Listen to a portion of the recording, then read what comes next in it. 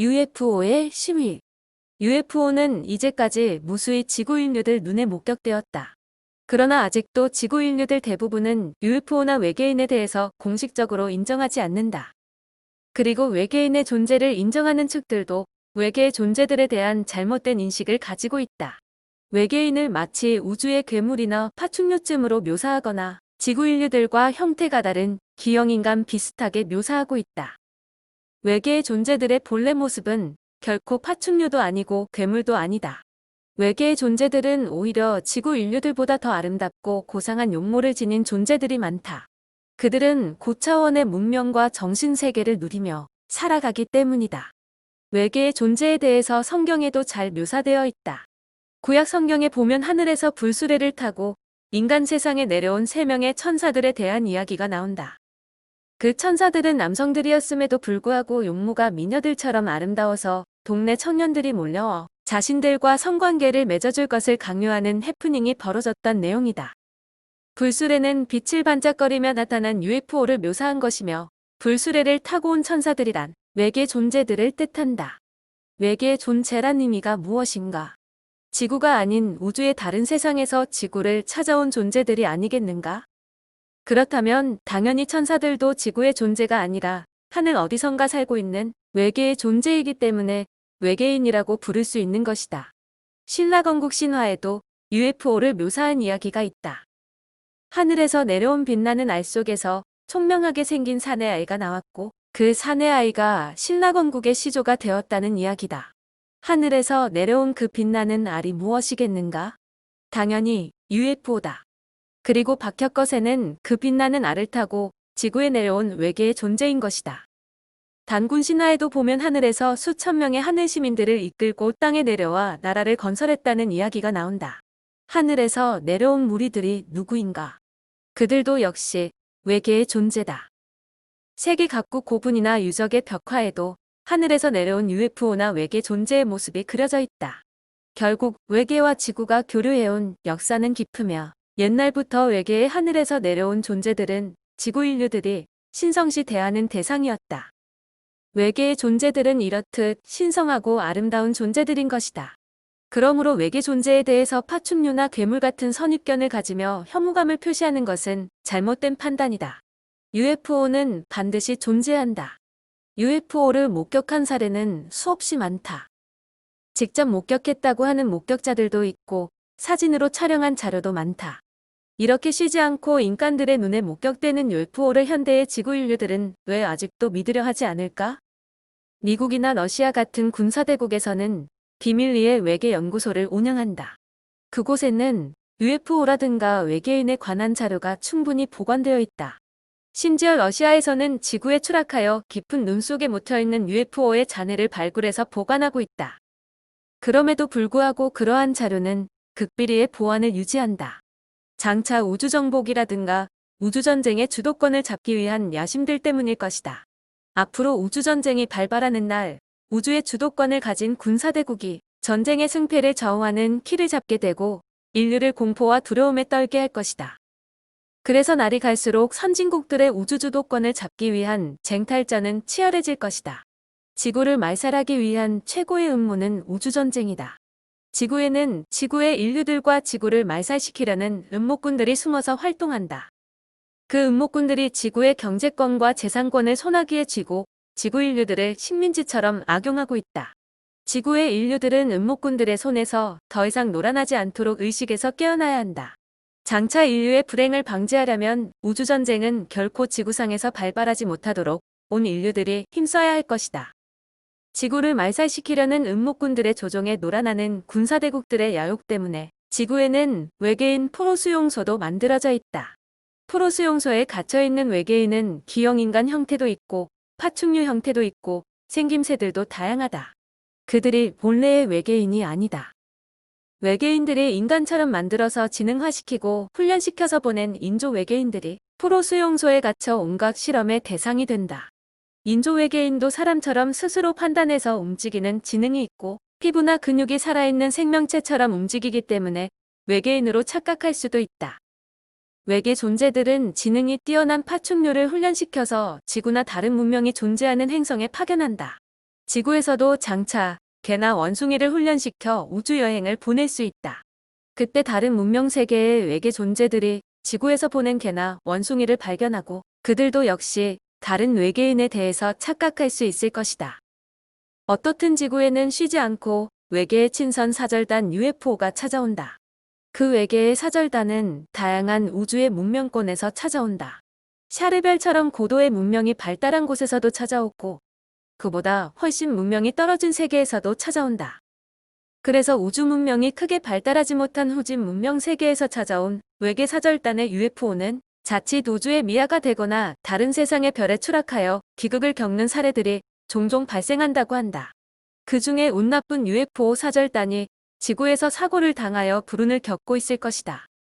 샤르벨에서 보낸 UFO는 빛보다 빠르게 이동하는 초광속체이며 순간이동이 가능한 비행체다. 샤르벨의 UFO는 다행히 지구에 추락하거나 포로가 된 사례가 없다. 앞으로 소개하는 UFO는 샤르벨의 UFO에 대해서만 설명한다. UFO가 사용하는 에너지는 파브시 에너지이며 파브시 에너지는 4차원 현상을 일으키는 우주에 감추어진 물질이다. 파브시 에너지는 우주 공간에 가득하며 UFO는 파브시 에너지를 자가 증폭시키는 기능을 가지고 있다. 파브시 에너지가 증폭되면 4차원 현상을 일으킬 수 있고 순간이동이라든가 갖가지 초월적인 힘을 발휘할 수 있다. 인간의 몸에도 우주기운이 증폭되면 초월적인 힘이 발생한다. 인간은 우주 자율신경계와 연결되어 있는 우주의 유기체이기 때문에 가능한 일이다. 인간들이 기를 수련하는 목적은 우주 에너지를 몸속에 증폭시키기 위해서이며 그 결과 다양한 초자연적인 현상을 체험한다. 파브시 에너지는 기를 수련할 때 몸속에 증폭되는 우주 에너지와 같은 현상이다. UFO는 파브시 에너지를 이용한 4차원 현상으로 인간보다 지능이 높은 초월적인 우주지능의 힘을 발휘하며 우주 공간을 종횡무진한다. UFO는 쉽사리 인간의 눈의 모습을 드러내지 않는다. 그리고 그 위장술도 대단하다. 모습이나 색깔을 자유자재로 변경시키기 때문에 주변에 나타나도 인간들이 분간하지 못할 때도 있다. UFO는 별처럼 하늘에 떠 있기도 하고 구름처럼 변해서 흘러가기도 하며 바위처럼 변장해서 산 능선에 앉아 있기도 한다. 지상의 지형지물에 맞춰 변장을 하거나 탈바꿈을 하는 명수다. 그래서 인간의 눈에는 쉽게 띄지 못한다. UFO는 우주의 친선사절단이며 우주의 소중한 전령사이다. 나는 언제부턴가 우연히 UFO를 사랑하는 전도사가 되었다. 틈만 나면 주변에 가까운 사람들에게 UFO에 대해서, 외계 존재에 대해서, 그리고 우주의 4차원 문명 세계에 대해서 친절한 설명을 들려준다. 지구 인류들이 외계 존재들처럼 고결하고 아름다운 정신세계를 겸비하고 살아가기를 소망하는 의미에서다. UFO에 대해서 설명해주면 믿어주는 사람도 있고 비웃는 사람도 있다. 한 번은 어느 단체에서 내가 들려준 UFO에 대해서 신랄한 비판을 가해온 적이 있다. UFO라니. 정신 나간 소리 집어치우라고 해. 외계인은 또 뭐야? 우주에 지구 말고 사람이 태어나 사는 곳이 어디 있다고 헛소리를 하는 거야. UFO가 있다면 실제로 우리 눈에 보이게 만들어 보지. 그러면 믿을 테니까. 이런 내용의 말들로 비웃으며 나를 조롱했다. 그러한 비웃음은 한두 번 들었던 말들이 아니기 때문에 크게 마음에 두지 않았다. 그런데 UFO는 나의 말을 조롱했던 그들에게 멋진 시위를 보여준 적이 있다. 그들이 어떤 종교 행사를 벌이고 있는 야외에서 갑자기 햇무리가 지며 태양으로부터 UFO 세대가 나타나 그들의 머리 위에서 시위를 하듯 맴돌다 사라진 사건이었다. 그때 나타났던 UFO는 여러 사람에게 동영상 사진으로 촬영되었다. 마치 태양 속에 숨어 있다가 나타난 것처럼 햇무리가 지는 순간 갑자기 나타나서 사람들 머리 위와 하늘을 종횡무진 비행하는 UFO의 모습은 엄청난 하늘의 이벤트가 아닐 수 없었다. 나의 말을 비방했던 그들은 오히려 UFO가 자신들의 행사를 축하해주기 위해 나타난 하늘의 응답이며 길조라고 아전인수처럼 해석했다. 이처럼 생생하게 UFO의 사진을 동영상으로 촬영한 사례는 아직 없을 것이다. 아마도 UFO가 자신의 실체를 지구 인류들에게 확인시켜 주려고 증거로 남겨둔 선물일 것이다. 나는 가끔씩 가까운 곳이나 먼 곳에 나타난 UFO를 목격하지만 혼자가 아닌 여럿이서 목격할 때도 있다. 최근에는 동반자들과 함께 산에 올랐다가 목격하기도 했는데 그 UFO는 우리 일행이 하산해서 집에 도착할 때까지 공중에서 뒤따라오며 배웅하기도 했다. 처음에는 하나뿐이던 비행체가 우리들 머리 위로 가까이 날아오더니 두 대로 분열했고, 분열된 하나는 서쪽으로 비행을 계속하다 사라져 버렸다. 나머지 하나는 우리들이 바라보고 있는 상공에 계속 머물러 있으며 무언의 메시지를 보내다가 집 부근까지 따라왔다. 그 UFO를 같은 시간에 멀리 떨어져 있던 동반자도 목격했다고 한다. 그리고 나의 동반자가 그날 저녁 침실에서 잠을 청하고 있을 때 문득 창밖을 바라보니 가까운 산의 정상에 집까지 배웅했던 UFO가 떠나지 않고 내려앉아 있는 모습도 보였다고 했다. 마치 나의 동반자가 잠든 동안 그 모습을 지켜보고 있기라도 하듯, 이처럼 UFO는 생생한 모습으로 나와 동반자들의 주변을 맴돈다. 또 힘든 일이 있을 때는 위로와 격려를 하듯 주변에 나타났다 돌아가기도 한다. 그래서 UFO는 나의 수호신이기도 하다. 언젠가는 나의 동반자들과 함께 UFO에 동승하여 우주여행을 떠날 날도 있을 것이다.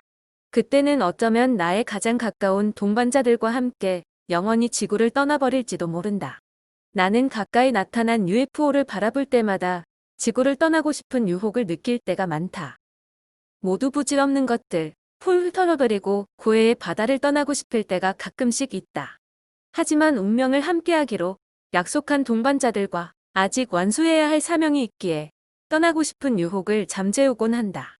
UFO가 나타나면 보이지 않는 목소리도 들려온다. 때로는 사랑의 메시지이고 때로는 훈계의 메시지이기도 하다. 미래를 예시하는 메시지가 들려올 때도 있다. 보이지 않는 목소리가 들려주는 가장 중요한 소식은 지구의 마지막 때 출현하는 큰 빛의 정체이다. 지구의 마지막 때 나타나는 큰 빛은 하늘이 지구를 버리지 않는 사랑의 증거일 것이다. UFO는 지구 인류들에게 희망의 상징이다. 하늘이 지구를 버리지 않기 위해 잠시라도 감시를 소홀히 하지 않는 사랑의 상징이 UFO다.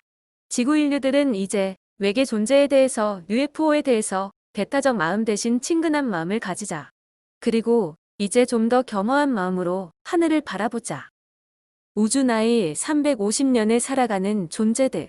보이지 않는 목소리는 자신들이 지구를 찾아오는 목적이 지구 인류들의 의식 진화를 돕고 지구 최후의 날의 큰 빛의 역할을 돕기 위함이라고 했다. 지구 최후의 날은 앞으로 얼마나 많은 세월이 흐른 후 먼 미래에 펼쳐질 재난일지는 몰라도 그 의미만으로 마음을 무겁게 하는 표현이었다. 지구 종말에 대한 이야기를 한두 번 들었던 것도 아니고 인류 역사가 존재한 이래 어느 시대에도 등장했던 식상한 이야기이지만 보이지 않는 목소리를 통해 그 이야기를 들으니 마음이 무거워졌다. 보이지 않는 목소리는 하늘은 결코 지구의 멸망을 원하지 않으며 땅의 비극은 하늘의 비극이기 때문에 하늘은 지구의 종말을 막기 위해 많은 노력을 기울인다고 하였다.